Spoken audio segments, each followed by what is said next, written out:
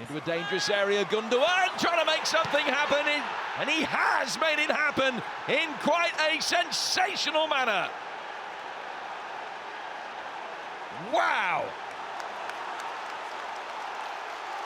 To the football, Rog. Everton 0, Manchester City 3. Football's equivalent of Stonehenge versus the Burj Khalifa sees Pep's mob roll the toffees in a Sunday afternoon stroll at Goodison. City are now just one win away from a Premier League title, and they've got 3 games in which to do it. They could also clinch before they even play again if Arsenal lose to Forest next weekend. I've got to be honest, this season of darkness, I had pre-sadnapped on this one. The sleep I had the night before, and I use that term lightly, there was not a lot of sleeping involved. I actually dreamed of the prospect of top-of-the-table defending champions. What it must be like to support them. Unbeaten in 21, won their last 10 in the Premier League. And I honestly never felt like my team had a chance. That was before kickoff. You know, yes, the 5-1 win at Brighton, but that felt like a fever dream. Also felt like we may well have used up all our luck, our joy, and all our goals for the rest of the season inside one game. So my mood was bleak, Davo. Despite the City rotation, Real Madrid lie ahead, so Grealish, Stones, and KDB were on the bench. Haaland did play. And the reality is, I spoke to Rebecca Lowe this weekend and asked her how many teams she thought Manchester City could field before Everton were on a level playing. And she said, maybe the City under-18s. And then she thought, and she goes, she wasn't trying to be funny. She goes, so they're quite good, to be fair. What do you think, David? Yeah, it would take quite a lot of Man City teams to get there. I'm still marveling at the idea that you still say that you were feeling bleak before kickoff, because for 12, 13 years of doing this, I still have no memory of you ever not feeling bleak before an Everton kickoff. And now we've reached what must be real bleak feelings, but perhaps you've bleaked too early. I'm constantly, before games, just feeling like I'm playing chess with the Grim Reaper. That is my mood in this just dark season, piled up on the non-lessons learned of the last dark season. But Goodison Park, though, way up for this. Really a clash between the football world's true greats, Haaland and Shite McNeil, to see who was really the GOAT. But he's one of your best players. I hate to tell you that. He really is. Terrible. No, he really is one of your best players. No, we're agreeing. He's terrible. And he really is. 2 things can be true. He really is one of our best players.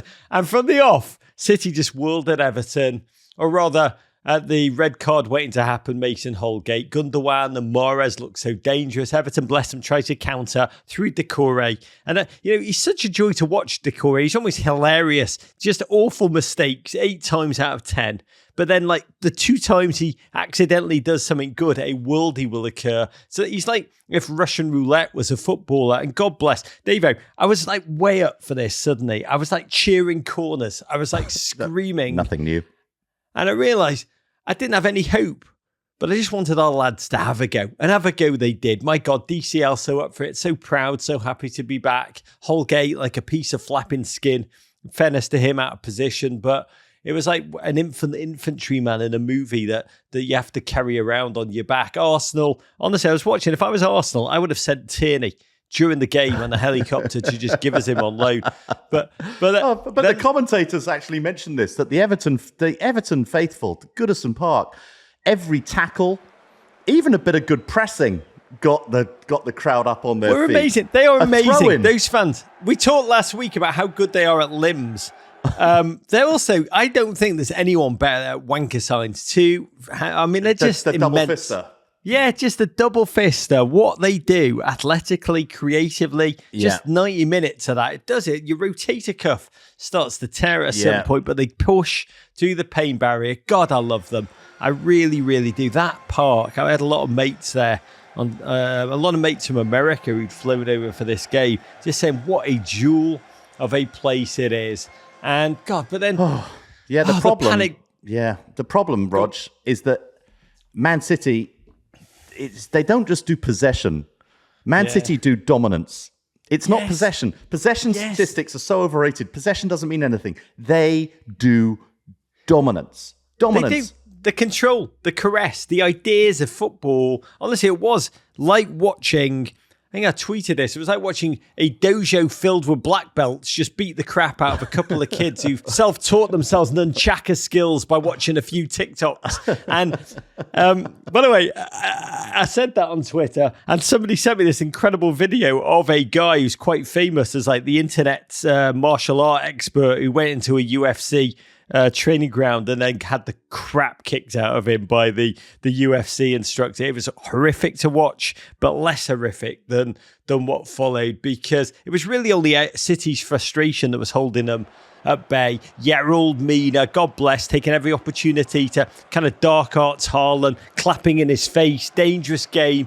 Kids listening, just know that juggling hand grenades with their pins pulled out is safer than what Gerald did throughout that game. We had one incredible chance, but it fell to hello God, it's me, Mason Holgate.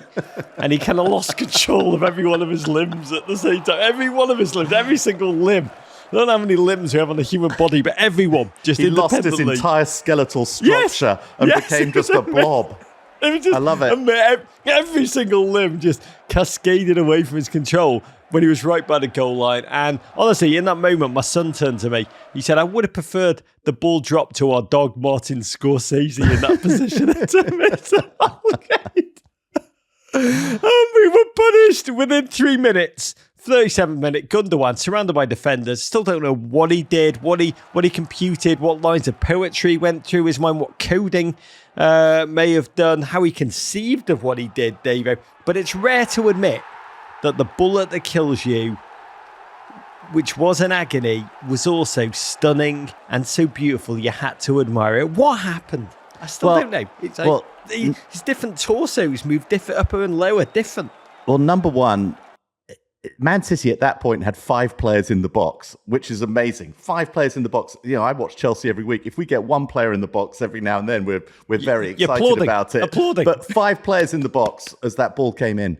But you know the way the actors, they use that sort of, I don't know what the technique is. It Meisner, is it whatever it's called, where they have sense memory and they use something in their past experience to sort of inhabit the role that they're playing that moment. They take something from their real life and they bring it into their performance.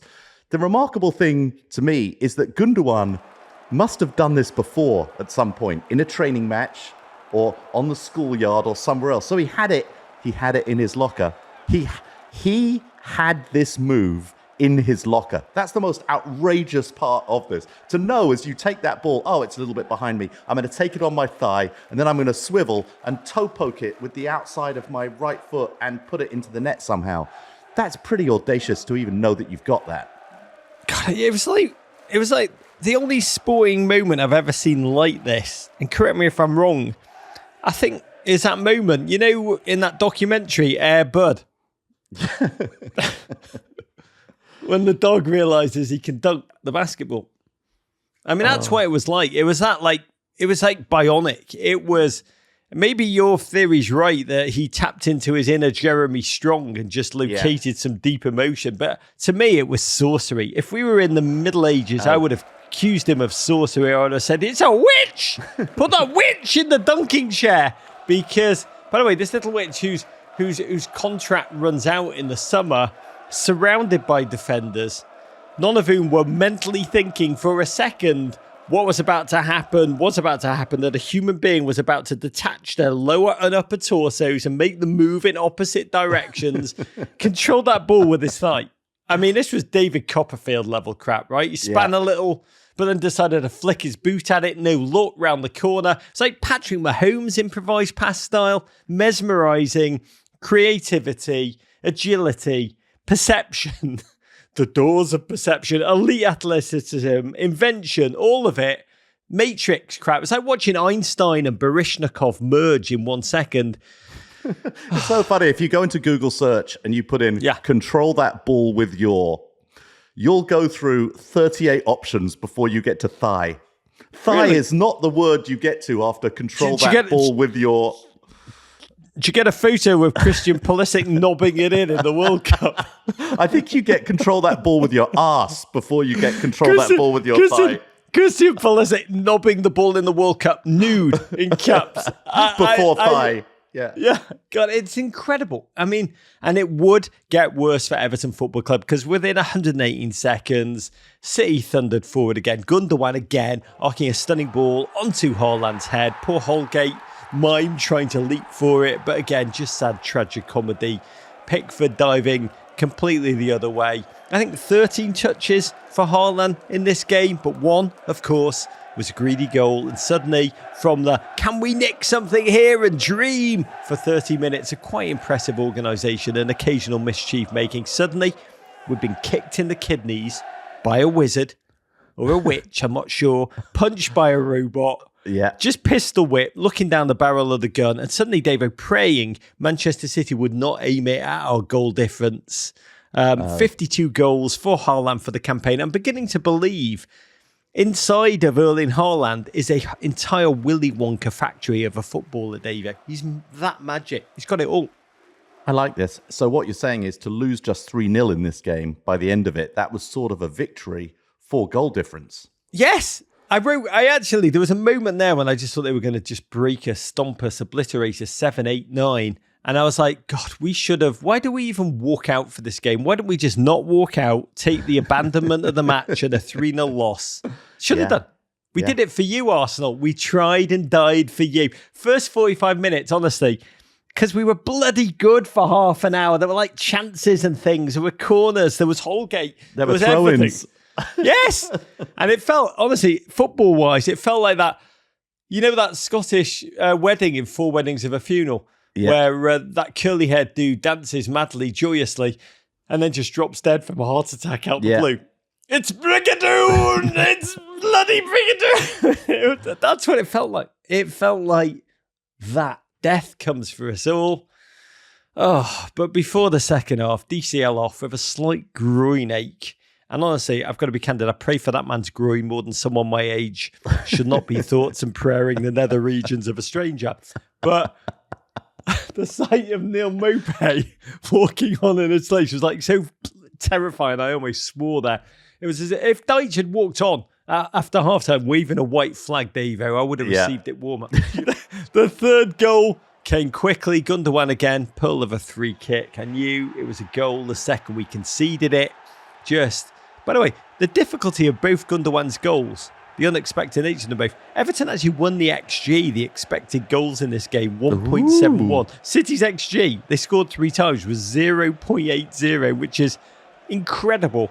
But from then on, I just kept watching to see, not goals, but to hopefully not see Everton players get red cards, which is insane. That's a double negative, but it was insane. That was the only suspense. God bless, we did try and keep playing football. We were like watching that chicken run round when its nerves were still working, but its head had been cut off. City brought on Bernardo Silva, DJ Greals, taking the piss. When they brought them on, I realised City have 110 charges of financial impropriety, which we will mention, even though the television in England just never mentions it anymore, gone very quiet. But Everton also have massive FFP breaches of our own. They just did them badly. Like, yes, they were just very poor breaches. Yes, that's it. We can't even cheat well. We can't even get FFP rule breaking right. But for Everton, 10th home defeat of the season, new club record. That's good, right? Still making records. Yeah, that's good. And there is a true dread. 2 games of the season to go, knowing we can either doom it or bullet dodge it. You know, neck on the executioner's block once again. Waiting for that phone to ring with a reprieve. Tuning in for Liverpool today, hoping they'll do us the biggest favour against Leicester. It's just a coin toss, this relegation nightmare. One that feels like that coin's been tossed by Anton Chigga from No Country for Old Men. 11 successive league wins, though, for City. Just the kind of game they wanted to here. Yeah, we'll chat about the Arsenal game in a second, but this is what they wanted, right? They would put the game away by half-time, cruise with that Champions League Wednesday clash still to come. Yeah, look, I think the beginning of it was tougher than they wanted it to be. But they ended up, this was a cruise for them. You know, they find so many different ways to beat you. In this game, it was the remarkably supple and flexible ankles of the German Gundogan. You know, who knew that he had that kind of flexibility down there? It's just something else. And yeah, they're looking really good. They didn't expend a huge amount of energy. They, rested some of their star players, and they're looking really, really, really good as they head into the sharpest end of the sharp sharp really, season. really, really good. Does not do it justice. They can finish with 14 straight wins, which is both incredible and also in a way stupid. Real Madrid now away. Pep walked onto the field at full time, ran right for the City travelling fans. Just pump them up, which we rarely see. This is a very different Pep. Normally, complacency is his big fear at the end of a game. He's shouting at whomever, just screaming at whomever, even when they've won like 7-0. But he went up to the fans. 2 more wins, he said at the time. 2 more wins, which is what he thought he needed for victory then, as we'll discuss. But it was a very different Pep, Davo, to the one we're used to. Normally all wired, all focusing on the negatives. This was Pep thinking of that victory, Monte Cristo, that feels. It was a Pep feeling the relief of a job done, and all that was to be left was to amp up the fans for the Real Madrid game Wednesday night. You see in that minute, when you look at that clip, the ultimate puppet master. Well, Chelsea away next week. I think that is so true. Pep is in control of every single aspect of his managerial job, like every single player, every single moment, every single detail. The one thing he may have thought at the end of the game is, I need to pump up the fans so that the fans are there for us on these final few games of the season. And he went and he's dealing them. He probably followed up with notes, with individual phone calls to each household, some kind of like Zoom conference with all of them. He leaves and then no some direct stone telesales for season tickets next season. There's Pep Guardiola. I'm going to help you. It is incredible. Chelsea away next week. Brighton and Brentford, prob now dead rubbers. Still to come. Subscribe here for more Men in Blazers videos and courage.